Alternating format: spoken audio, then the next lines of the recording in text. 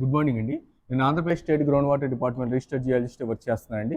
మరియు geology department assistant professor work చేస్తున్నాను. ఈరోజు నేను బోర్ పాయింట్ విషయంలో ఏ ఏరియాలో ఏ డిస్టిక్లో ఏ టైప్ ఆఫ్ రాక్ ఉండి ఎంత లోతు వరకు డ్రిల్లింగ్ చేయించాలి అనేటువంటి కాన్సెప్ట్ చెప్తున్నానండి. అయితే ఇప్పుడు ముందుగా కృష్ణా డిస్టిక్లో ఏ టైప్ ఆఫ్ రాక్స్ ఉంటాయి, ఎంత లోతు వరకు డ్రిల్లింగ్ చేయించాలి బోర్ పాయింట్ కోసం అనేది ఎక్స్ప్లెయిన్ చేయదలుచుకున్నాను. కృష్ణా డిస్టిక్లో మనకి మేజర్గా కొండలైట్ ఉంటుందండి. ఇదంతా కూడా ఈస్టర్న్ ఘట్స్ అంటారు, ఆర్కియన్ ఏజ్కి సంబంధించినటువంటి. ఇందులో హై రెసిస్టివిటీ ఉన్నటువంటి మినరల్స్ ఉంటాయి, హై హార్డ్నెస్ ఉన్నటువంటి మినరల్స్ ఉంటాయండి.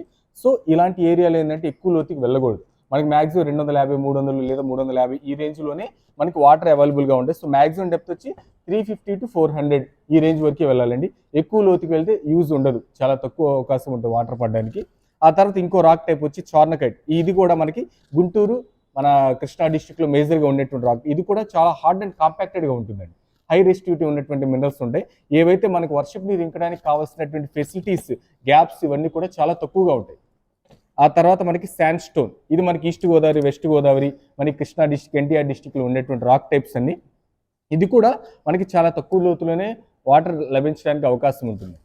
ఆ తర్వాత ఇంకోటి మనకి క్వాడ్జైట్ కూడా మనకి ఈ కృష్ణా, గుంటూరు, ప్రకాశం, మన ఎన్టీఆర్ డిస్ట్రిక్ట్ ఈ ఏరియాస్లో ఎక్కువగా ఉంటుంది.